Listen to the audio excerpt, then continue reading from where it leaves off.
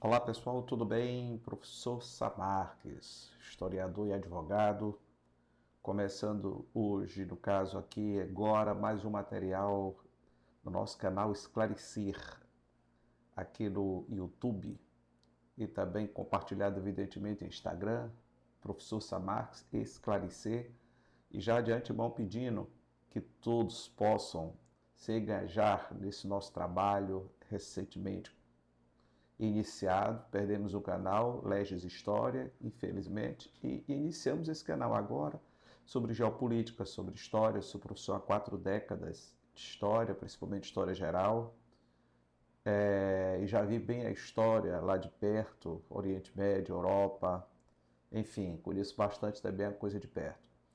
E trabalhando em si para esclarecer, mas também para concurso público e também vestibulares de nossos queridos alunos.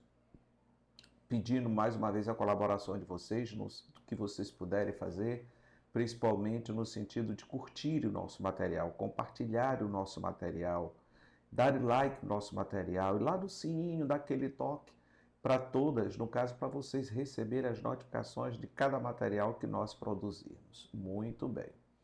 Hoje, como é que está o mundo? Como é que estão as notícias do mundo? The Guardian, Al Jazeera, que eu gosto muito de pesquisar esses dois canais, e também, como sempre, acompanhando os comentários do grande professor Trevisan.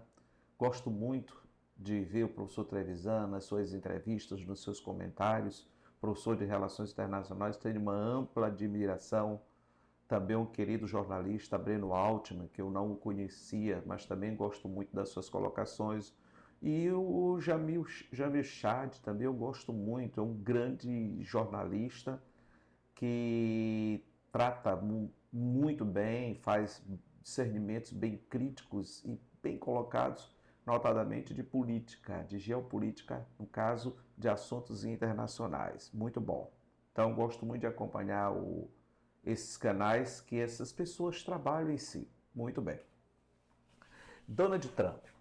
Mais de 1.000 cidades norte-americanas estão ainda em manifestações. São vários os motivos.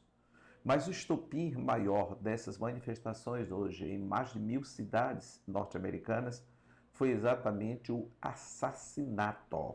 Não foi legítima defesa, evidentemente. Aquilo foi um assassinato perpetrado pela ICE, a Polícia de Imigração norte-americana, contra uma nacional, contra uma cidadã norte-americana de 37 anos, mãe de 3 filhos. A Polícia de Imigração assassinou a moça, a Nicole Gooding, e o que é pior é que, além da disfarçatez do governo norte-americano, capitaneado aqui pelo imperador do mundo, Donald Trump, em dizer que aquilo ali foi legítima defesa. Eu, como professor de direito penal, eu como advogado criminalista, aquela legítima defesa com o veículo arrancando na lateral dos dois policiais, claramente ali não tinha o objetivo de atropelar os policiais, mas o governo federal, o governo dos Estados Unidos, especialmente Donald Trump, disse que aquilo ali foi uma legítima defesa, que essa senhora, a Nicole Gould, teria tentado passar por cima, tentado atropelar um policial da Polícia de Imigração norte-americana. Então, esse clima nos Estados Unidos, que já está pesado, não é de hoje, já que mais de 60% hoje dos norte-americanos desaprovam o governo Donald Trump, com a inflação que para eles é galopante por lá, que vai ultrapassar com certeza mais de 12% ao ano. Inclusive, há a possibilidade real de milhares de norte-americanos em 2026 perderem as suas casas por hipoteca, que consequentemente pelo aumento da inflação, a inflação que está muito alta para os padrões norte-americanos, que é o povo dos Estados Unidos é um povo extremamente consumista.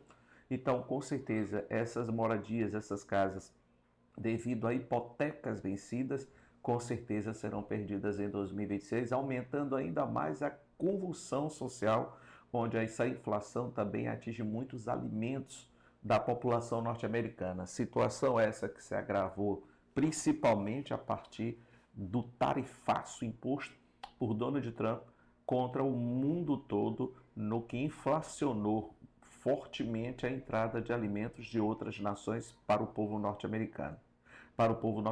Portanto, a inflação é alta e como estopim agora dessa arrogância do governo norte-americano, o assassinato da nacional Nicole Gold. E o que é mais sério, pessoal, vejam só, ao invés de eles reconhecerem o erro e punirem o policial assassino, eles ainda estão investigando a parceira, a esposa da vítima, que também é uma cidadã norte-americana, por estar participando das manifestações contra a ICE, que é a Polícia de Imigração dos Estados Unidos. Inclusive, Donald Trump está declarando agora que ele irá usar uma lei, vai utilizar uma lei de 1807, da chamada Lei da Insurreição, que dá ao presidente dos Estados Unidos poderes para acionar as Forças Armadas contra os norte-americanos que, por acaso, estão se manifestando contra as arbitrariedades da Polícia de Imigração. O poder de segurança municipal em Minneapolis, ele está reagindo incisivamente, declarando que a nacional Nicole Gould foi verdadeiramente assassinada e pedindo a retirada imediata das forças federais do ICE, que é a Polícia de Imigração. Portanto, a situação nos Estados Unidos é sim de convulsão social e a aprovação do governo norte-americano hoje chega a no máximo 30%. Portanto, é um governo sem apoio da população dos Estados Unidos, inclusive ao risco real das eleições legislativas de novembro, ele perder a maioria tanto na Câmara Federal como no Senado dos Estados Unidos, o que leva a uma situação muito forte, a possibilidade, a plausibilidade dele inclusive sofrer impeachment. Muito bem.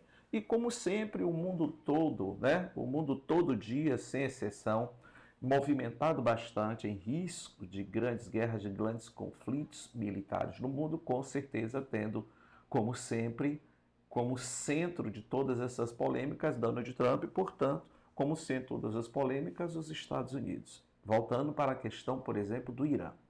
Os Estados Unidos não atacaram o Irã. Os Estados Unidos não atacaram o Irã.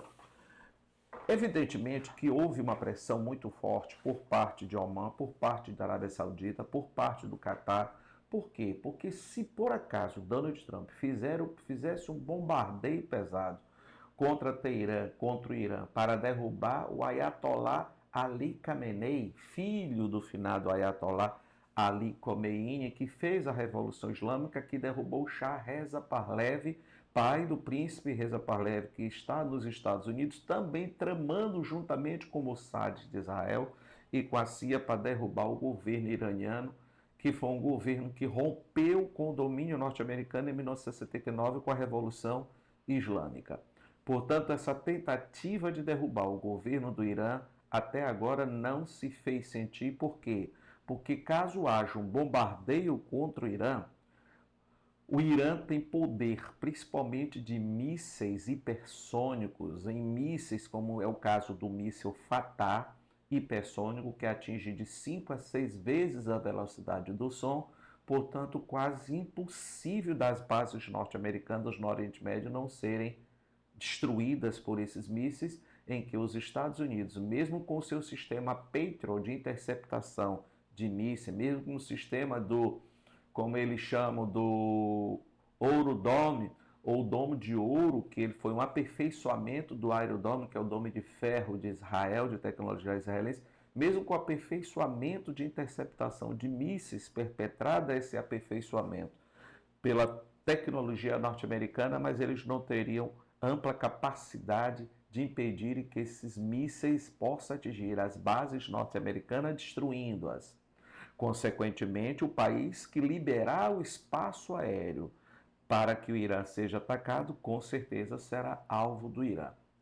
O Irã tem uma máquina de guerra razoavelmente de boa tecnologia, principalmente com esses mísseis Fatah, e com o exército, principalmente a Guarda Revolucionária Iraniana, amplamente fiel ao líder maior da teocracia iraniana. Além do mais, além da chance real desses países vizinhos liberar espaço aéreo para o Irã ser atacado e assim virarem alvos além da real possibilidade da destruição de bases norte-americanas pela não a total capacidade dos Estados Unidos de interceptar os mísseis iranianos, existe evidentemente a possibilidade real, inclusive houve uma ameaça por parte do Ayatollah Ali Khamenei de que ele possa fechar o Estreito de Hormuz. O Estreito de Hormuz, na parte norte, é controlado pelo Irã e pela parte sul é controlado por Omã. O Estreito de Hormuz, que é bem estreito, tá? O nome já diz, 33 quilômetros no máximo de largura e tem trechos que chega a apenas 10 quilômetros, por onde passa o quinto do petróleo do mundo. Ou seja, 20% do petróleo do planeta Terra passa exatamente pelo Estreito de Hormuz, que é dominado na sua principal parte pelo Irã. Portanto, se por acaso o Irã fechar o Estreito de Hormuz diante de um ataque norte-americano, o preço do barril de petróleo vai disparar no mundo, gerando uma crise econômica e financeira sem precedente no planeta Terra. Pois esse petróleo ele chega à China, ele chega à Europa, ele chega à América do Norte, portanto aos Estados Unidos. Então isso vai gerar uma crise econômica e financeira sem precedente. E é muito fácil, é impossível um navio, um petroleiro passar pelo Estreito de Hormuz, que o Irã não tenha capacidade de afundá-lo diante da largura tão pequena. Então não tem como. Agora, claro, hoje já acalmou, né? De ontem para hoje acalmaram os ânimos. Tem a presença maciça de agentes do Mossad no Irã, muitos deles capturados, inclusive colaboradores iranianos, agentes também ligados ao serviço secreto dos Estados Unidos. Mas o Ayatollah, com certeza, ele não vai aparecer tão cedo, que ele nunca, na verdade, ele nunca informa ninguém aonde ele irá aparecer, protegido que é principalmente pela Guarda Revolucionária Iraniana, que são em torno de 130 mil homens extremamente fiéis, já que os seus oficiais eles também lucram com as grandes empresas iranianas. Agora, isso é fato.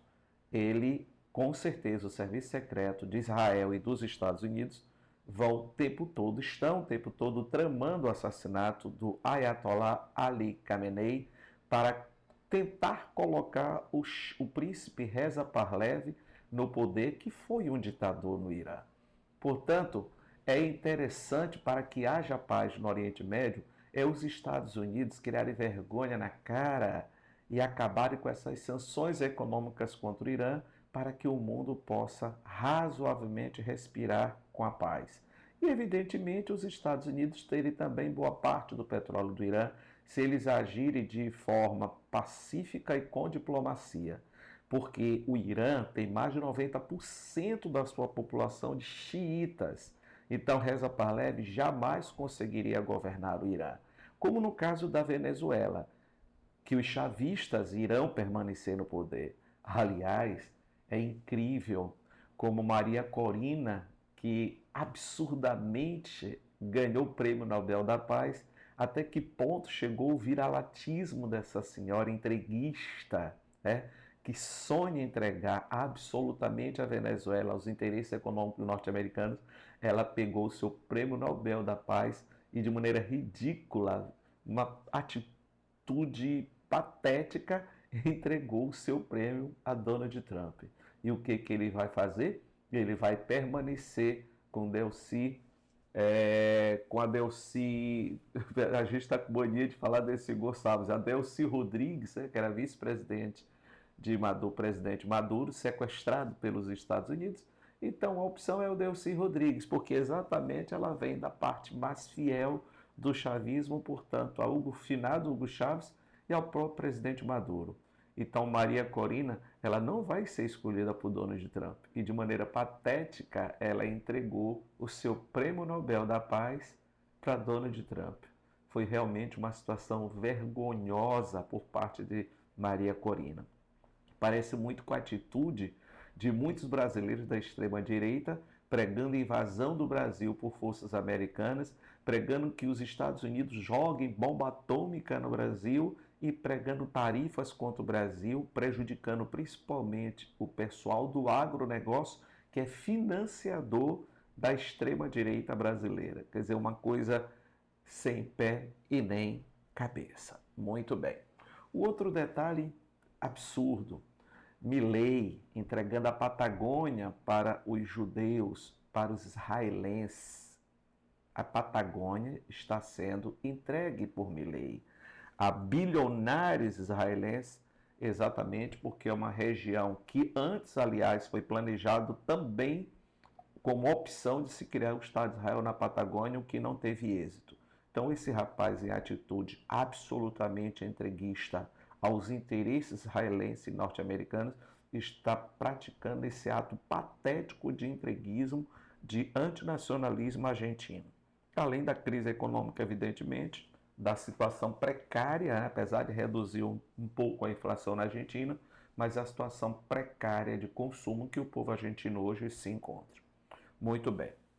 Um outro interessante comentário, a questão da Groenlândia. Mais uma vez, Donald Trump, desta vez ele não ameaçou de ontem para hoje mais invadir militarmente a Groenlândia.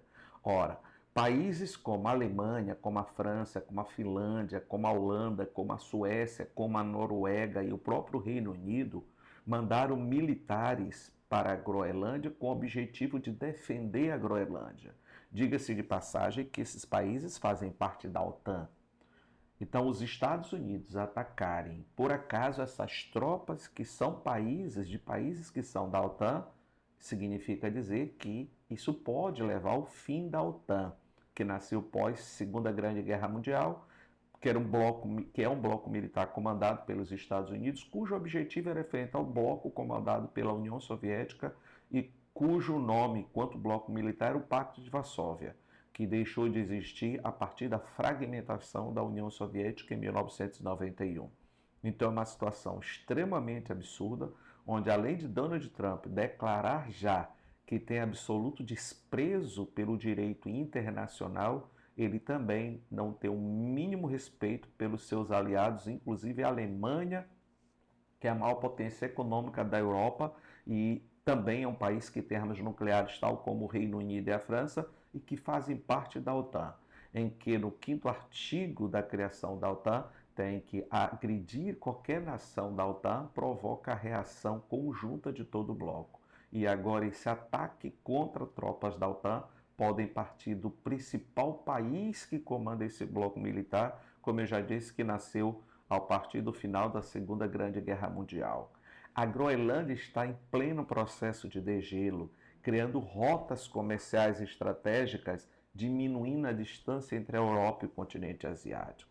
E Donald Trump cinicamente diz que existe a possibilidade real da China e da Rússia dominarem essa área como estratégia militar e econômica de novas rotas comerciais a partir do descongelamento com aquecimento planetário do descongelamento da maior ilha do mundo, que é a Groenlândia, que é semi-autônoma em relação à Dinamarca. Muito bem. A China não quer guerra, a China quer dinheiro, a China não tem cultura de guerra, a China tem cultura de ser comerciante. Além de que as forças russas da Marinha de Guerra da Rússia já declaradamente, comprovadamente, não utilizaram as águas da Groenlândia, e sim as próprias águas russas e também as águas internacionais. Portanto, é de disfarçatez de Donald Trump dizendo que ali é um ponto estratégico, inclusive militar, por uma questão de defesa da segurança nacional, diga-se dos Estados Unidos. É pura disfarçatez. A China não tem interesse de dominar a Groenlândia, assim como a Rússia. Mas também não devemos nos esquecer que a Groenlândia tem muitas terras raras, a Groenlândia tem muito petróleo, a Groenlândia tem muito ouro, a Groenlândia tem muito gás natural. Então, Donald Trump, que é um mega empresário, todos os seus movimentos são relacionados a querer lucrar, lucrar. Então, ele tem colocado o mundo à beira de uma terceira grande guerra mundial, o tempo todo com os seus olhinhos brilhando por interesses econômicos e financeiros dele, no caso de lucratividade de suas empresas, em conluio com os mega empresários norte-americanos. Então ele, que já percebeu que é inviável fazer um ataque militar à Groenlândia por ter a presença hoje de quase 10 países da OTAN. Agora ele ameaçou de ontem para hoje os países que mandaram forças militares para a Groenlândia, ameaçou com mais tarifas comerciais, minimamente agora de pelo menos 25%. Resumindo, é por isso que a Europa está buscando a diversificação, assim como o Canadá, de outros mercados e também defendendo mais autonomia em relação à defesa de cada nação. Ao ponto da Alemanha pregar hoje sim a criação de um guarda-chuva antinuclear, porque a Alemanha e o restante dos europeus, assim como o Canadá, o Japão e a Coreia do Sul, já não confiam tanto nessa política de falsa proteção militar dos Estados Unidos e diante da instabilidade, dos riscos econômicos que os Estados Unidos têm imposto sobre o mundo todo, inclusive sobre os seus principais parceiros europeus e do continente asiático, no caso como o Japão e como a Coreia do Sul. O Japão hoje já prega ter arma nuclear. A Coreia do Sul já prega ter arma nuclear porque já não confia nos Estados Unidos. E a Alemanha já prega em si com a União Europeia ter um guarda-chuva antinuclear porque já não conta tanto com o apoio militar dos Estados Unidos diante de tantas ameaças perpetradas pelo megalomaníaco Donald Trump. Então está nessa situação. Será que ele vai ter coragem de atacar a Groenlândia com a presença de forças da OTAN, de países parceiros? Acho muito difícil. O outro detalhe também que a gente tem que destacar exatamente é o êxito da maestria diplomática brasileira, em destaque o presidente Luiz Inácio Lula da Silva, que depois de pouco mais de 25 anos, agora, amanhã, em Assunção, no Paraguai, será assinado definitivamente o acordo de livre comércio entre a União Europeia e o Mercado Comum ou Mercado do Cone Sul, com uma população aproximada de 720 milhões de habitantes e um PIB que beira 22 trilhões de dólares. Será a maior área de livre comércio no planeta Terra. Maestria do Brasil, e isso é mais também uma demonstração de que a União Europeia está buscando o Mercosul diante da instabilidade no trato das relações comerciais com os Estados Unidos. A instabilidade, a imprecisão comportamental de Donald Trump também fez com que Ursula von der Leyen, a presidente da Comissão Europeia, estivesse hoje no Brasil, se encontrasse com Lula, inclusive, só os dois em uma pequena sala, e discutisse os últimos detalhes nesse acordo que será definitivamente assinado amanhã em Assunção.